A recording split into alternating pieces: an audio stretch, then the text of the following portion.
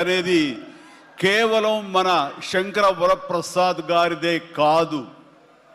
ఈ సంక్రాంతి మొత్తం మన తెలుగు పరిశ్రమది అవ్వాలని మనస్ఫూర్తిగా కోరుకుంటున్నాను.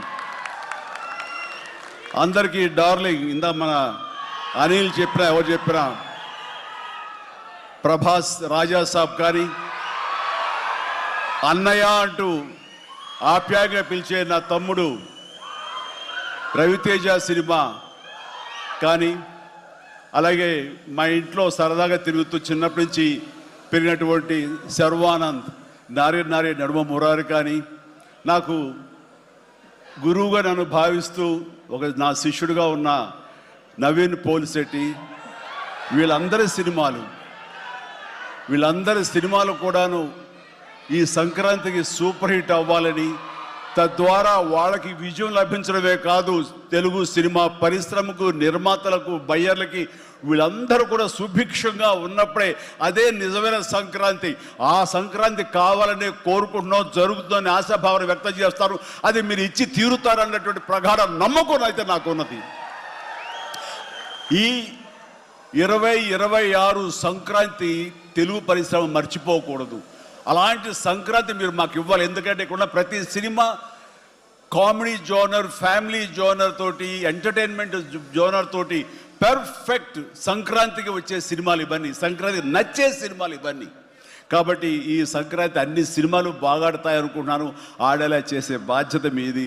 దయచేసి అన్న సినిమాల్ని థియేటర్కి వెళ్ళే చూడండి, థియేటర్లోనే ఆస్వాదించండి, అలాగే మీరు ఆశీర్వదించండి కూడాను.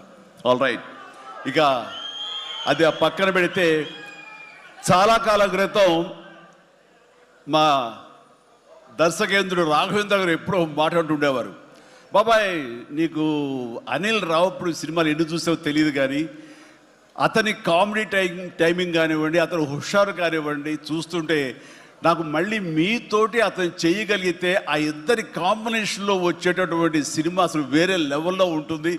ఐ విష్ మీరు త్వరగా చేయాలని, కలవాలని నేను కోరుకుంటున్నాను. అది ఎప్పుడొస్తుందో ఏంటో తెలియదు, ఎన్నో సంవత్సరాల క్రితం అన్నారు. కానీ సరిగ్గా ఈ సంవత్సరం బిగినింగ్లోనే ఆయన చేతుల మీదగానే క్లాప్ కొట్టి ఈ సినిమా ప్రారంభించారు. అది ఆయన మనసులో మాట, ఇది పెద్ద సూపర్ హిట్ అవ్వాలి అని చెప్పేసి. ఎందుకంటే ఆయన కామెడీ లైక్ చేస్తారు. ఆయన సినిమాల్లో ఘరానా మొగుడు ఎంత విజయం సాధించిందో అలాంటి విజయం సాధించాలి ఈ సినిమా అంటూ ఆయన ఎన్నోసార్లు నాతో చెప్పుకుంటూ వచ్చారు. ఎన్నోసార్లు సెట్కి రావాలని పిలవ వేయడం కూడా మీరు అడిగారు, మనమే పిలవలేదు. ఆయన ఎవరైనా హీరోయిన్లు ఉన్నప్పుడు మాత్రం వస్తాను, ఏదైనా హుషారుగా వస్తుంది అంటుంటారు ఆయన.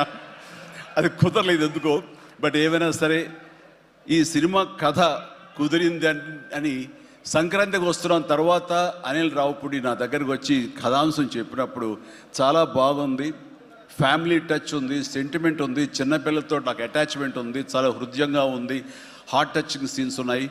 ఇలాంటి సినిమాకి ఆ కామెడీ జోనర్ సినిమా కలిస్తే కనుక నీ స్టైల్లో చాలా బాగుంటుంది. నాది ఒక ఎస్పీజీ క్యారెక్టర్ కాబట్టి ఇది నేను కొంచెం వైవిధ్యంగా డిఫరెంట్గా చేస్తే కనుక డెఫినెట్లీ బాగుంటుంది. డిజైన్ చేద్దామంటే అస్సలు వైవిధ్యం వద్దండి. మీరు ఏ సినిమాలు అయితే గతంలో చేశారో, ఏ దొంగ మొగుడు, ఘరణ మొగుడు, రౌడీ అల్లుడు, అన్నయ్య, ఇలాంటి సినిమాలు ఏవైతే ఉన్నాయో, ఇది చంటబ్బాయి, నాకు అలా ఉంటే చాలు. ఎందుకంటే అలాంటివి అప్పట్లో జనం చూశారు, వాళ్ళందరూ ఇప్పుడు చాలా పెద్దవాళ్ళు అయిపోయారు, వాళ్ళకి అది గత స్మృతులు, చాలా తీపి జ్ఞాపకాలు. ఇప్పుడున్న జనరేషన్ మీరు అవి ఎలా చేస్తారో కూడా వాళ్ళకి ఏమీ తెలియకపోవచ్చు. కానీ అది ఇది తెలిసిన మధ్యలో పుట్టి మాలాంటి వాళ్ళం అది మళ్ళీ ఈ జనరేషన్ గుర్తు చేసి మీరంటే ఏమిటో తెలియచెప్పాలన్న నా ప్రయత్నానికి మీరు చెయ్యాలి. ఆ విధంగానే అన్నందుకు ఐ థింక్ ఓకే. ఇంకా అలా చేయటం అంటే కనుక అది నా కేక్ ఒకటే. మీతో అలా చూడాలి నా కోరిక అంటూ ఎప్పుడెప్పుడు సినిమాల్లో ఏమేమి సీన్స్ ఉన్నాయో అవన్నీ కూడా పొందుపరిచి ఒక క్యాప్సూల్లా చేసి ఆయన దాన్ని ఫోన్లో పెట్టుకునేవారు. ఏదైనా ఒక సీన్ ఉంటే కనుక ఈ సీన్ని ఈ సినిమాలో ఉన్న ఈ కామెడీ టైమింగ్తో దీన్ని కన్సీవ్ చేశాను, అలా మీరు చేయాలని. అండ్ ఈ సీను ఈ సినిమాలో ఫలానా సినిమాలో ఘరణ మొగుడులాగా ఇలాగా వైఫ్ తోటి మీరు కన్సీవ్ చేసి అలా చేయాలంటూ చాలా చక్కటి హోంవర్క్ చేసుకుని నా బాడీకి నాకు ఏది కంఫర్టబుల్లో ఆ విధంగా తను ఆ సీన్స్ని కన్సీవ్ చేసుకుంటూ చాలా చాలా సరదాగా చేసుకుంటూ వచ్చాం. ఈ సినిమాలో నవీన్ మన అనిల్తో చేయటం అనేది నాకు ఒక చక్కటి ఎక్స్పీరియన్స్. అంటే ఈ ఎక్స్పీరియన్స్ ఎలాంటిది అంటే సినిమా షూటింగ్ అయిపోయిన ఆఖరి రోజున చాలా ఎమోషనల్గా ఫీల్ అయ్యాను నేను. ఎందుకంటే ఏదైనా ఒక సినిమా అయ్యిందంటే అబ్బా చాలరా అయిపోయింది, ఇంక చాలు గుమ్మడిగా కొట్టేస్తారు, ఇంక మనం వేరే సినిమా షిఫ్ట్ అయిపోవచ్చు అన్న ఆ మూడ్లో ఉంటాం. కానీ సినిమా అయ్యే రోజున ఆఖరి రోజు అయితే కనుక నేను ఈ కాలేజీ వదిలేసి వెళ్ళిపోయి ఆఖరికి చూడండి ఫేర్వెల్ పార్టీ అప్పుడు అందరూ ఒకళ్ళొకరు ఎమోషనల్గా ఉంటారు. వేరే మళ్ళీ ఎప్పుడు కలుస్తారో ఎలా కలుస్తారో తెలియని పరిస్థితి.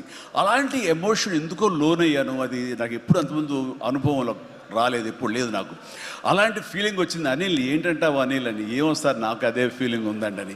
ప్రతిరోజు ఒక ఎక్స్కర్షన్కి వెళ్ళినట్టు, ప్రతిరోజు ఒక పిక్నిక్కి వెళ్ళినట్లుగా సరదాగా జరుగుతూ మార్నింగ్ 9 నుంచి 8 నుంచి ఈవినింగ్ 7:30, 8 వరకు కూడా ఎంత చక్కగా సరదాగా జరిగిందంటే నాకు ఎప్పుడు ఇంత బాగా జరిగిందంటే మరీ పూర్వం ఆ రోజుల్లో అది గుర్తుకొచ్చింది. కానీ ఈ మధ్యకాలంలో ఇంత సరదాగా ఎంతో హుషారుగా జరిగిన సినిమాలు అయితే నాకు ఇది చేయలేదు.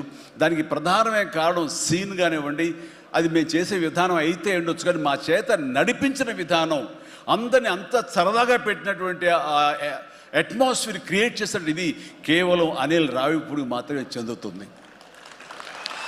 అండ్ ఎక్కడ ఏది టైం తెలియనివాడు, ప్రతి ఒక్కరిని on the screen off the screen హుషారుగా ఉంచుతాడు. ఇలాంటి డైరెక్టర్లు దొరికితే కనుక ఎవరైనా సరే ఇలాంటి క్యారెక్టర్స్ చాలా ఈజీగా చేసేయగలరు. అండ్ మరీ ముఖ్యంగా అనిల్ రావిపూడి గురించి నేను చెప్పాలనుకున్నది, ప్రతి ఒక్కరు కూడా తెలుసుకోవాల్సింది ఏంటంటే ఈ సినిమా ఆల్రెడీ సూపర్ హిట్ అయిపోయింది. ఏ రకంగానంటే బడ్జెట్ పరంగా విత్ ఇన్ ది లిమిట్, అలాగే డేస్ పరంగా అనుకున్న దానికంటే తక్కువ రోజుల్లో ఇది అత్యద్భుతంగా తీయగలిగాడు. ఒక సినిమా సూపర్ హిట్ అయిందని ఎలా చెప్పగలవంటే డైరెక్టర్ మొత్తం తన గ్రిప్లో ఉంచుకుని అది బడ్జెట్ దాటనివ్వకుండా విత్ ఇన్ ది టైం చేయగలటం అనేది ఆ సినిమాకి అది మొదటి సక్సెస్. ఎన్ని సినిమాలు ఈ రకంగా ఉన్నాయో చెప్పండి అంటే చాలా తక్కువగా మనం లెక్క పెట్టుకోవాలి. ఆ రకంగా ఇది మొదటి విజయం సాధించింది. రెండో విజయం రేపు 12వ తారీఖున ప్రజల ముందు మీరు నిర్ణయిస్తారు ఎంత ఘన విజయం మీరు మాకు ఇస్తారు అన్నది. ఇక ఈ సినిమా